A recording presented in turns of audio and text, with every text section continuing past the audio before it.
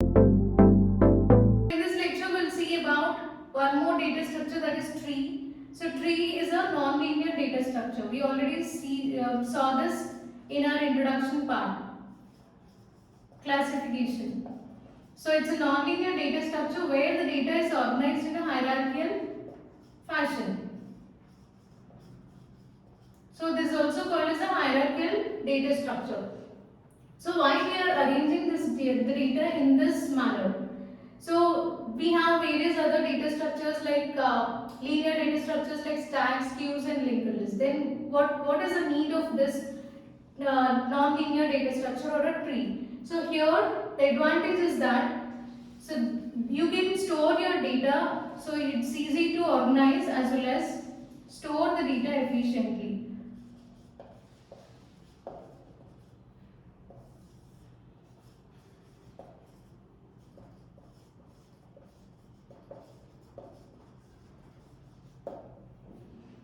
So why we need this hierarchical arrangement? In order to store the data as well as in order to organize the data in an efficient manner. So if the data is stored like this, then you can find searching will be very easy. You can find the required file very quickly. So where we are using this tree in our real life? We are using it in our computers. So if you observe in your computer, you can find multiple, so you can find a hard disk which is divided into multiple partitions. So where you can find C drive, D drive, E drive, F and so on. Okay, it depends on user choice.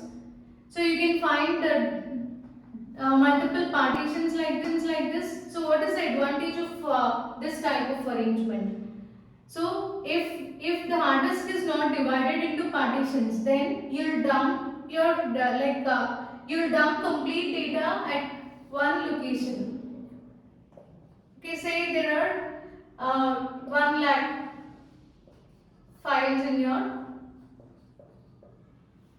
hard disk. So then how to find the required file from this 1 lakh files? It's very difficult, right? So in order to find the data, we need to spend a lot of time. So in order to make the process easy, we are the partitions are formed, or we divided the hard disk into multiple partitions. So with this arrangement, say suppose I stored my data in this drive, D drive. So here the D drive is divided into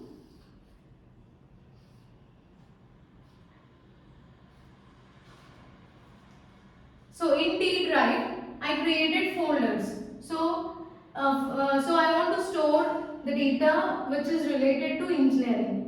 Okay, complete data, not only one particular engineering. So I just want to take different types of engineering. So one is CSE, then ECE. So I'm creating folders for different types of engineering. So CSE, ECE, then EEE, IT and so on. And you can take anything. So again, this is a folder. And in this CSE folder, again I created one more subfolder.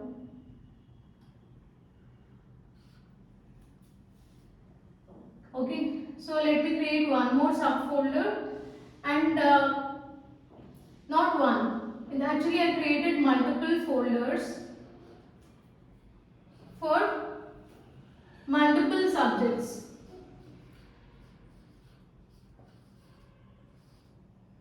So you can have data structures or DBMS, operating system or Python.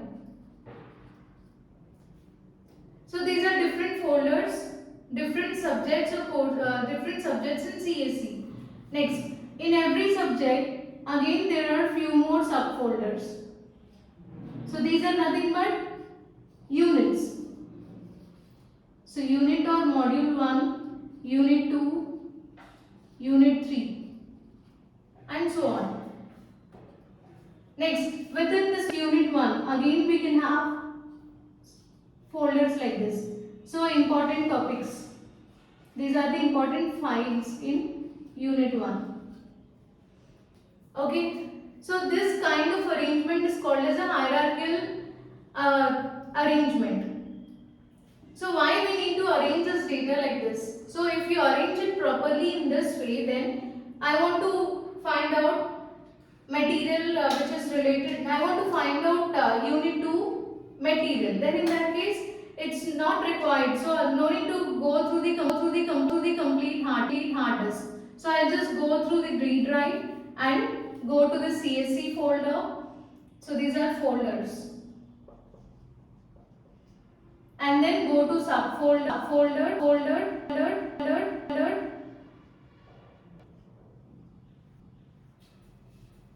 Again in subfolder, it is divided into multiple subfolders. So unit 1, unit 2, unit 3. I want material related to unit 1, for example. Then I will go through the important materials in that and I will pick the required file.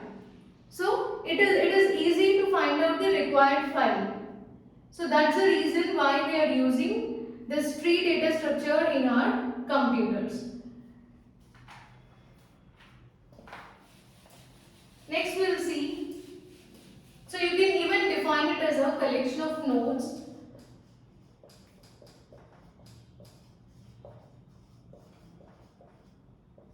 So how these nodes are connected? They are connected by or they are connected with edges.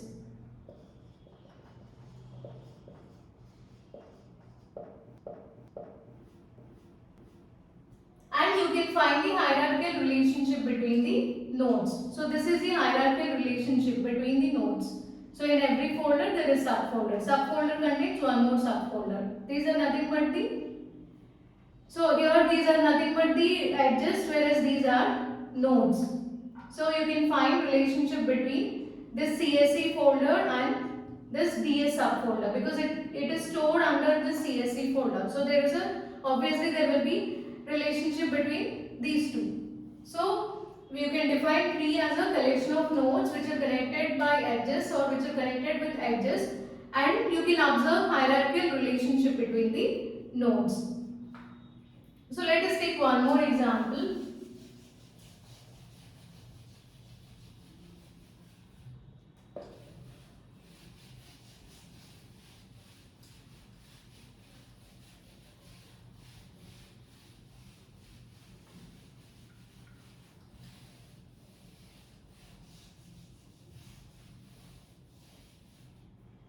Okay, so for example, I have course details and in this course I am taking two courses. So one is medical sciences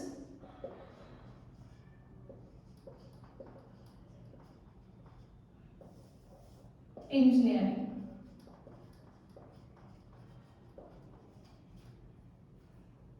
Again, here let us take famous institutes in for medicine. So AIIMS,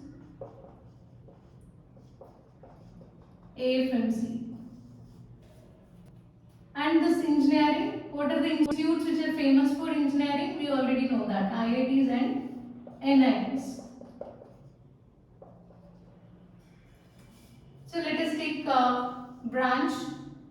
So AIIMS is located at Delhi,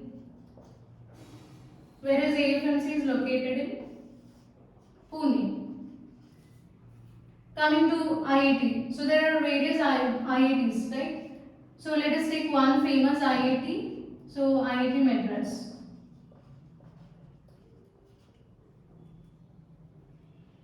And NIT Trichy. And here again, so in Delhi, what are the specializations, famous specializations? So let us assume famous specializations are cardiology and neurology. Whereas in Pune, assume this, so we are just assuming it. So it's not like only these two specializations are famous in IIT Delhi. Okay. So in Pune, radiology anesthesiology.